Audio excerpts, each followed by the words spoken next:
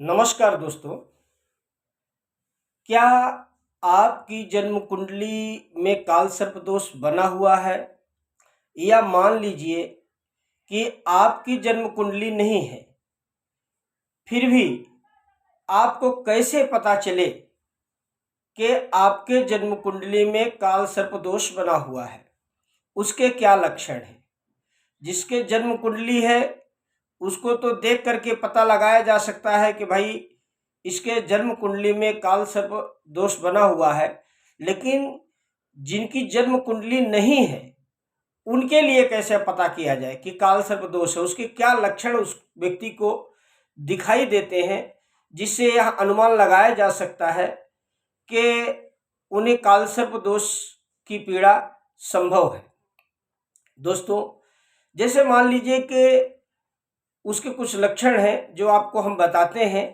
यदि यह लक्षण आप में पाए जाते हैं और आपकी जन्म कुंडली नहीं है तो आप एक बार काल सर्प दोष की पूजा अवश्य करवाइए, जिससे आपको उसका अच्छा लाभ मिलेगा।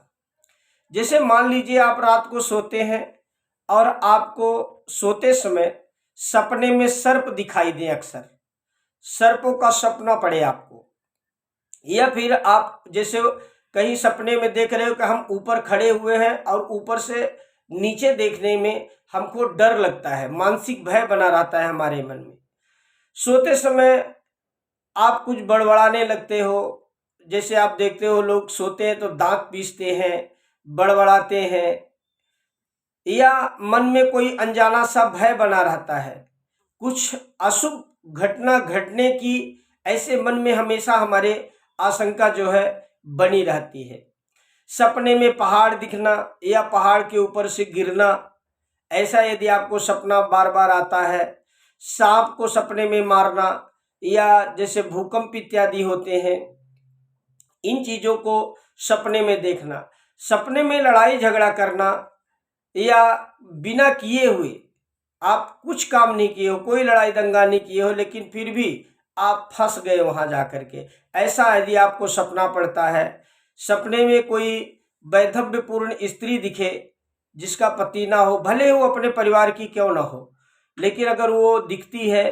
तो आप मान के चलिए कि आपको काल सर्प दोष है। आपका सारा कार्य आप कर रहे हैं वो पूर्ण हो जाए, बस 1% में आकर के रुक जाए, यानी कहने का मतलब कि 99% वो कार्य पूरा हो चुका है और 1% काम बाकी रह जाए, उसमें कोई रुकावट आ जाए बिना कारण, कुछ कारण नहीं है, फिर भी आपका कार्य पूरा नहीं हो रहा, उसमें कोई न कोई रुकावट आ रही। शादी विवाह की बात आपके घर में चलती है, तय पक्का हो जाता है, ये होता है, पता चलता है कि हम जा कर के बताते हैं और पता चला शादी विवाह कैंसिल हो गया, तो शादी विवाह में रुकावट आ जाए, संतान की बाधा उत्पन्न हो जाए, बहुत प्रयास करने के बाद भी संतान का ना होना, घर में हमेशा किसी न किसी बात को लेकर के कलह होते रहना, झगड़ा होते रहना, या आप मान लीजिए कि जैसे मैरिज लाइफ है, विवाह है, उसमें आप दोनों का वैवाहिक जीवन जो है वो तहस नहस हो जाए, मानसिक अशांति हमेशा बनी रहे, कुछ भी करे किसी भी जगह मन ना लगे, चारों तरफ से आपको यदि निराशा दिख रही है, ऐसे यदि आपको सपने पड़ रहे हैं तो आप इसको मान के चलिए कि आपको काल सर्पदोष की पीड़ा है और आपको काल सर्पदोष की शांति अवश्य करनी चाहिए एक बार। दोस्तों, मानसागरी नामक एक ग्रंथ है जिसमें ऐसा लिखा गया है कि काल सर्प का प्रभाव यदि आपके लग्न में कुंडली के पहले घर से यदि बन रहा है